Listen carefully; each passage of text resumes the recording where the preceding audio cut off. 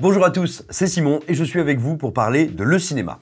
On va commencer avec un des derniers trucs qui est tombé ces dernières heures, c'est bien sûr la première bande-annonce complète de Kaamelott. Kaamelott, premier volet, premier long métrage d'une trilogie qui est la continuation de la série éponyme d'Alexandre Astier, film qui est donc incroyablement attendu parce qu'on a été littéralement des centaines de milliers, sinon des millions à le découvrir sur M6 et à tout simplement se passionner pour cette série qui sera passée d'un programme court tout en délire de causticité à la Audiard jusqu'à une vraie méta-réflexion sur le genre de la fantasy, sur le genre en général de la cape et de l'épée, sur le genre de plein de choses, enfin voilà, qui est allé à la frontière de plein d'univers différents, qui a aussi été, on va dire, un espèce de tremplin thématique et réflexif pour son auteur, pour Alexandre Astier, qui aura amené littéralement son récit vers un délire à la fin assez mélancolique et dépressif. Donc voilà, tout simplement, c'est une énorme série française qui a réussi à créer quelque chose autour du mythe arthurien qui est incroyablement singulier, qui n'appartient qu'à elle, qu'on a beaucoup tenté d'imiter, mais personne n'y est parvenu depuis. Bref, on était très nombreux à espérer qu'un jour Alexandre Astier parvienne à mettre en chantier, à mettre en branle la trilogie de films qu'il voulait faire à partir de Kaamelott. Et donc tout simplement, voilà, on était d'autant plus impatients que le film aurait dû sortir il y a maintenant plus d'un an, et que Covid oblige, on a été obligé de patienter, de ronger nos freins. Et donc voilà, forcément, on était tous très impatients, et là, ça va pas. Ça va pas parce qu'il y a quoi? Il y a une semaine, 10 jours, 15 jours, on a découvert, on va dire, les affiches de personnages qui s'illustraient par leur spectaculaire laideur, il faut bien le dire. Enfin, je veux dire, couleur dégueu, images, tu te demandes pourquoi celle-là a été choisie plutôt qu'une autre, avec des répliques comme ça, balancées sur les affiches qui étaient toutes plus navrantes les unes que les autres. Mais bon, c'est du matériel promo, ça arrive de se planter. Et puis là, ces derniers jours, M6 a sorti un extrait qui est un truc, t'as l'impression que ça a été monté par un aveugle, il n'y a aucun tempo, aucun sens du rythme, la photo est dégueulasse. Il y avait vraiment d'énormes problèmes techniques sur cet extrait, donc c'est assez étonnant qu'il ait été choisi. Et là, cette nouvelle bande-annonce... alors attention, on est bien d'accord, on parle bien de matériel promotionnel, on n'est certainement pas en train de juger le film, moi je l'attends beaucoup et je vais le découvrir avec beaucoup d'impatience, mais effectivement c'est très frappant de voir à quel point ce qui nous est présenté pour le moment est indigent. Et si vous voulez, quand on pense quand même que Astier et ses équipes ont carrément même fait des conférences pour nous parler de la caméra qu'ils ont employée, qui est l'Alexa 65, Alexa 65 qui est notamment utilisée pour les tournages IMAX en 2D. C'est-à-dire, vous pouvez vous retrouver facilement dans les arcanes de le web, une conférence donnée par Astier et entre autres son chef opérateur sur pourquoi ils ont utilisé l'Alexa 65. Et écoutez, en regardant la bande-annonce, je me dis mais pourquoi en fait, parce que si c'est pour filmer des pimpins qui papouillent dans la forêt, enfin je veux dire, c'était pas la peine les gars, fallait y aller à l'iPhone, ça se serait bien passé. Non, donc écoutez, bien sûr, encore une fois, là je suis en train de charcler du matériel promotionnel, mais ça m'inspire en fait une réflexion que je trouve intéressante. J'imagine qu'il doit y avoir, pour les gens qui sont chargés de faire la promotion du film, un casse-tête terrible, enfin peut-être un cas d'école très compliqué, parce que manifestement, le film est, comment dire, j'imagine que M6 doit avoir très envie de nous vendre Kaamelott au cinéma.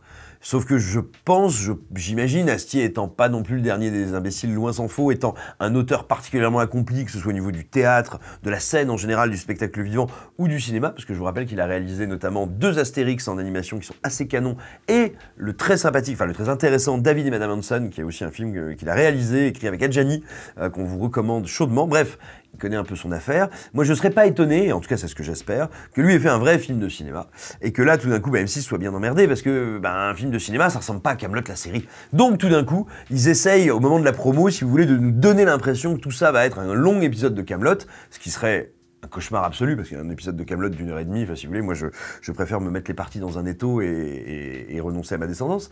Mais donc voilà, je pense que ça va être un casse-tête promotionnel énorme, et si la promo et les bandes annonces sont à ce point dégueulasses, c'est sans doute parce que on essaye de faire rentrer un cube dans un rond. Voilà, mais enfin bon, moi je suis comme je pense beaucoup d'entre vous, j'espère que le film va gentiment me mettre une bonne petite déculottée, parce que tout simplement j'apprécie beaucoup le travail d'Astier, et j'étais resté, moi, assez fasciné par l'évolution qu'il avait su donner à sa série. Passons maintenant à un autre sujet, un autre auteur puissant, puisque je vais vous parler brièvement de Vin Diesel. Oui, je vais vraiment vous parler de Vin Diesel. Pourquoi ? Donnons des nouvelles de Vin Diesel, ça ne fait jamais de mal d'en prendre. Ce bon petit Vin, il a notamment commenté le fait qu'il n'y aurait a priori plus que 2 épisodes de Fast and Furious, enfin 2 épisodes après le 9, donc 3. Donc en gros, voilà, 2 épisodes qui se suivront. La saga devrait donc se terminer avec Fast 10 ou Fast 11. Enfin bref, on verra comment ils vont les titrer. Mais néanmoins, il a dit au magazine américain Vulture qu'il ne s'interdisait pas du tout de peut-être faire des films spin-off uniquement sur son personnage, sur Dominique Toretto. Alors ça, Vin, c'est non. C'est non. Parce que autant les Fast and Furious, ça nous amuse, c'est rigolo. Vous allez dans l'espace, bientôt vous allez rouler sur des dinosaures. Enfin, je veux dire, voilà, ok, c'est débile et on veut bien. Mais tout ce que tu fais tout seul, Vin, c'est affreux. Hein, Triple X, c'est affreux. Les autres trucs en général, c'est affreux. T'as même réussi à saloper tout seul comme un grand Riddick, hein, pourtant c'est pas facile à saloper, c'est du boulot. Tu as réussi, Vin. Donc non, tu ne vas pas emmener Fast and Furious tout seul en Marcel, là, faire un truc qui s'appellera Toretto. Non, faut pas. Il ne faut pas du tout. En revanche, ce bon Vin Diesel, toujours, et en quelques jours, il a eu une actualité incroyablement dense, a publié une vidéo sur le tournage des suites d'Avatar avec ce bon James Cameron, et puis tous les deux parlent, nous disent qu'ils s'entendent bien, qu'ils aiment bien bosser ensemble, sans nous dire pour autant techniquement que Vin Diesel est ou serait dans les suites d'Avatar. Il y a plein de gens qui ont commencé à gueuler genre « Non, on veut pas voir Vin Diesel dans Avatar !» Non, si, ce serait une très bonne chose. Moi, j'aimerais bien voir Vin Diesel dans Avatar, tout simplement parce qu'il faut qu'il s'en aille maintenant. Il faut laisser partir Fast and Furious, il faut arrêter avec ça. Il faut laisser cette saga mourir de sa grosse mort. Et je vous rappelle que Vin Diesel, à la base, c'est plutôt un bon comédien. C'est quelqu'un qu'on a découvert, notamment via le festival de Sundance, dans un film comme Strays, par exemple. Mais bon, voilà, si vous le regardez dans Jugez-moi coupable, dans Pitch Black, dans La vie de Billy Lynn, j'ai un doute sur le titre français du film. On va dire Billy Lynn, il est excellent. Il était très bien dans Il faut sauver le soldat Ryan. Bref, quand il y a quelqu'un pour le diriger, il peut faire un boulot remarquable. Et donc voilà, moi j'aimerais bien qu'il arrête avec Fast and Furious, qu'il arrête de manger des sandwichs aux nouilles, et puis qu'il aille refaire le comédien, ça ferait pas de mal. Et je me dis que si James Cameron lui donne un rôle, ça peut être assez marrant. Bref, et puis, pour terminer, je vais vous parler de moi ce qui m'a quand même fait méchamment kiffer hier, à savoir la bande-annonce de Titane. Titane, c'est le second long métrage de Julia Ducournau. Julia Ducournau qui avait réalisé le film Grave, qui avait été sélectionné à la Semaine de la Critique il y a 3-4 ans. Et bien donc voici son deuxième film qui sera son premier sélectionné en compétition officielle à Cannes. Comme quoi, quand on vous dit que c'est toujours les mêmes qui vont à Cannes, c'est pas vrai en fait, surtout cette année. Donc voilà, ça fait très plaisir. De quoi est-ce que ça parle Titane, dont la bande-annonce vient de sortir? Manifestement, on en sait encore très peu. C'est l'histoire d'un père, donc a priori Vincent Lindon, qui, dans un contexte où ont lieu des meurtres assez mystérieux et inélucidables, des meurtres mystérieux, part à la recherche et retrouve son fils qu'il n'a pas vu depuis 10 ans. Donc voilà, c'est encore très flou. La bande-annonce a une gueule pas possible, la photo est très belle, les différents comédiens ont l'air de nous proposer des trucs assez canons, il faut que j'arrête de dire assez, ça ne sert à rien. Mais bref, le film est très très excitant, ça s'annonce comme une proposition de Cinoche assez marrante, assez forte, assez radicale. Moi j'ai un peu l'impression de voir Crash de Cronenberg qui aurait mangé Nicolas Winding Refn et qui aurait pris beaucoup de cocaïne. C'est un excellent menu de petit déjeuner, je vous le recommande. Nicolas Winding Refn, bien sûr. Que dire d'autre? Oui, voilà, tout simplement, ça nous rappelle quand même qu'en ce moment, on est en train de vivre une période un peu bénie de cinéma français, parce que ce qui sort là depuis quelques semaines, depuis la réouverture, c'est quand même de la oufrie sévère. On se retrouve avec, je veux dire, des films comme Le Dernier Voyage, comme Méandre, comme Gagarine qui sort bientôt dans quelques heures, comme La Nuée, il y a Teddy aussi qui arrive, enfin bref, il y a une quantité de propositions dans des genres ultra variés. Il y a Médecin de nuit qui est un film noir canonissime. Bref, il y a des propositions d'une puissance sans nom, vraiment, très varié. Vous avez, en ce moment, là, sur les écrans, partout en France, vous avez du film noir, de la comédie, de l'horreur, du fantastique.